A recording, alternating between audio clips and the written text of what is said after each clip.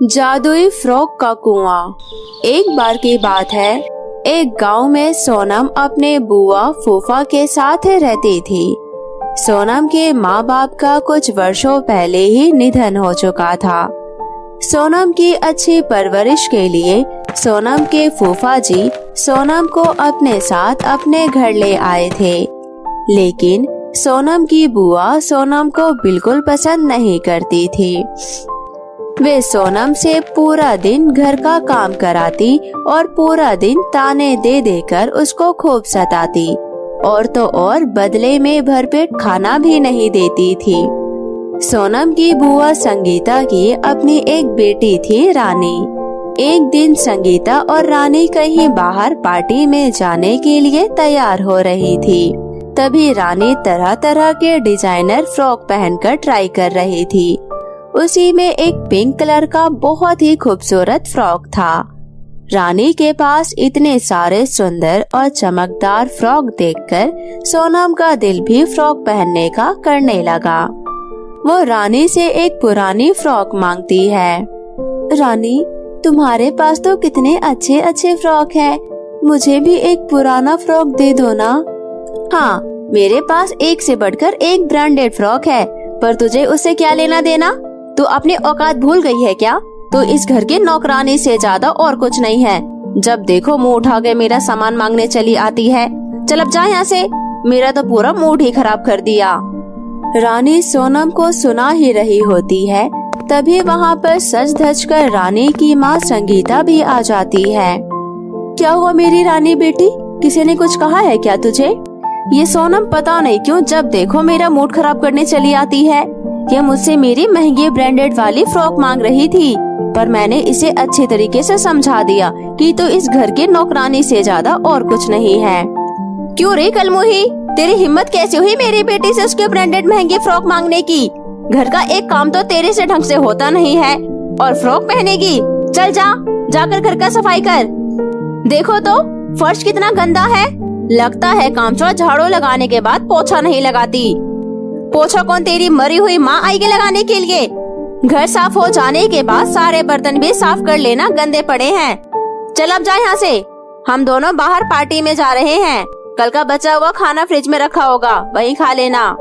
इतना बोलकर दोनों पार्टी में चले जाते हैं। इधर सोनम अपनी बुआ और रानी की खरी खोटी सुनकर बहुत दुखी होती है और वहाँ से चुपचाप जाकर अपने काम में लग जाती है। सोनम अपना सारा काम खत्म करके कल का बचा खाना खाकर अपने कमरे में अपनी माँ की तस्वीर देखकर तेज तेज रोने लगती है और माँ को याद कर कर कहती है, माँ, पिताजी, तुम दोनों मुझे अकेला छोड़कर कहाँ चले गए? जब आप दोनों मेरे साथ थे, मेरे पास किसी चीज की कमी नहीं थी। जब आप दोनों मेरे साथ थे, तब मेरी छोटी से छोटी ख्वाहिश पूरी होती थी, और अब तो मेरी एक छोटी सी ख्वाहिश भी पूरी नहीं होती, बल्कि मेरे से पूरे दिन काम करवाया जाता है और बदले में ताने भी मिलते हैं। मैं बहुत दुखी हूँ, मुझे भी अपने पास बुला लो। अब मुझे इस दुनिया में रहकर कुछ नहीं करना, मुझे आपके पास ही रहना है बस। सोनम ऐसा कहकर रो ही रही होती है कि तभी सोनम को एक आवाज सुनाई देती है, सोनम बेटा। सोनम इधर उधर देखती है, वो आवाज और कहीं से नहीं बल्कि सोनम के माता पिता की तस्वीर से आती है। सोनम की माँ सोनम से कहती है, सोनम मेरी प्यारी बच्ची, तो इस तरह रो मत, मुझसे तेरी ये हालत देखी नहीं जाती। माँ, आप तस्वीर से बोल रही हो, मुझे तो विश्वास ही नहीं हो रहा। हाँ मेरी प्यारी बेटी, मैं तेरी माँ हूँ और मैं सब जानती हूँ कि तू कितना दुखी है। मेरी प्यारी बेटी पर संगीता और रानी कितना अत्याचार करती है, लेकिन अब मैं ये सब होते हुए और नहीं देख सकती। मैं तुझे एक ऐसी जगह बताती हूँ जहाँ जाकर तेरी हर एक इच्छा पूरी हो जाएगी। ऐसी कौन सी जगह है माँ? आप मुझे कहाँ भेजना चाहती हैं, जहाँ मेरी हर एक इच्छा पूरी हो जाएगी? सुनो सोनम बेटा, इस गांव से बहुत दूर एक कुआं है, वहीं उस कुएं के पास जाकर तुम अपनी इच्छा बताना, वो उस काम में तुम्हारी अवश्य मदद करेगा। ये सुनकर सोनम अपने आंसू पोंछकर उस कुएं से मदद मांगने चली जाती है। वो कुएं के पास खड़ी होकर कुएं से कहती है, हे जादुई कुएं, मुझे भी सुंदर सुंदर फ्रॉक चाहिए ताकि मैं भी रानी की तरह सुंदर दिख सकूं। सोनम के इतना कहते ही जादुई कुएं से सुंदर सुंदर फ्रॉक बाहर आ जाता है, जिन्हें देखकर सोनम बहुत खुश होती है और उस जादुई कुएं को धन्यवाद कहती है। पर सोनम बेटा, यह याद रखना, यह कोई मामूली फ्रॉक नहीं है, बल्कि यह जादुई फ्रॉक है। इसे पहनते ही तुम दुनिया की सबसे खूबसूरत लड़की में बदल जाओगी और तुम इस फ्रॉक को पहनकर जो भी काम करोगी वह चुटकियों में हो जाएगा। लेकिन एक बात ध्यान रखना, यह साधारण से दिखने वाली जादुई फ्रॉक केवल ईमानदार एवं जरूरतमंदों पर ही अपना जादू दिखाता है। यह जादुई फ्रॉक गलती से भी किसी लालची लोगों के हाथ में नहीं आना चाहिए, नहीं तो कुछ बुरा हो जाएगा। ठीक है जादुई कुआं, मैं इस बात का ध्यान रखूंगी। इतना कहकर सोनम सभी जादुई फ्रॉक अपने साथ अपने घर ले आती है और वो जैसे ही फ्रॉक पहनकर देखती है तो वो पहले से भी अधिक सुंदर हो जाती है। तभी बाहर से संगीता और उसकी बेटी रानी घर आ जाती है। सोनम को देखकर वे लोग चौंक जाते हैं कि सोनम के पास इतनी सुंदर फ्रॉक कहां से आई। तभी रानी अपनी माँ से कहती है, माँ, इतनी सुंदर फ्रॉक सोनम के पास कहां से आई? मुझे भी ऐसे ही सुंदर सुंदर फ्रॉक चाहिए। सुंदर फ्रॉक सिर्फ मैं ही पहनना चाहती हूँ। सोनम मुझसे सुंदर कैसी लग सकती है माँ? मुझे वही फ्रॉक चाहिए जो सोनम ने पहन रखी है। तभी संगीता सोनम पर चिल्लाते हुए कहती है, इतनी बन-ठन कर तू कहाँ जा रही है? चुपचाप घर पर रह। और क्या तुझे पता नहीं कि कल तेरे फूफा जी शहर से आ रहे हैं, इसलिए पूरे घर की अच्छे से सफाई कर दे, समझ गई? तभी रानी कहती है, देखो तो माँ, इसने कितनी सुंदर फ्रॉक पहन रखी है। जरूर इसने ये फ्रॉक चुराए हुए पैसों से खरीदी होगी माँ। इससे पूछो कि उसके पास ये फ्रॉक कहाँ से आए। नहीं नहीं रानी, मैं अपनी माँ का बक्सा खोलकर देख रही थी, उसी में ये फ्रॉक मुझे मिली। सोनम बुआ जी से झूठ बोल देती है और घर का काम करने चली जाती है। सोनम ने जादुई फ्रॉक पहन रखी थी, इसलिए उसका काम अपने आप हो जाता है। रानी अपनी माँ संगीता से कहती है, देखिए ना माँ, इसकी माँ के कितनी अच्छी अच्छी फ्रॉक है। मुझे भी चाहिए वो फ्रॉक। कितनी सुंदर फ्रॉक है जो इस नौकरानी ने पहन रखी है। मुझे इस नौकरानी की सारी फ्रॉक चाहिए। मैं नहीं चाहती कि आपकी बेटी इस नौकरानी से कम सुंदर दिखे। कोई बात नहीं मेरी प्यारी बेटी, अगर तुझे उस नौकरानी की फ्रॉक चाहिए तो अभी मैं उसे मांग कर ला देती हूँ। मैं अपनी बेटी को इस तरह उदास नहीं देख सकती। उस कलमोही की इतनी औकात नहीं कि वो मेरी बेटी से ज्यादा सुंदर दिखे।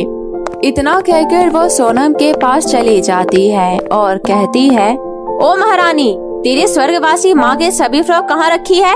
मुझे दे दे।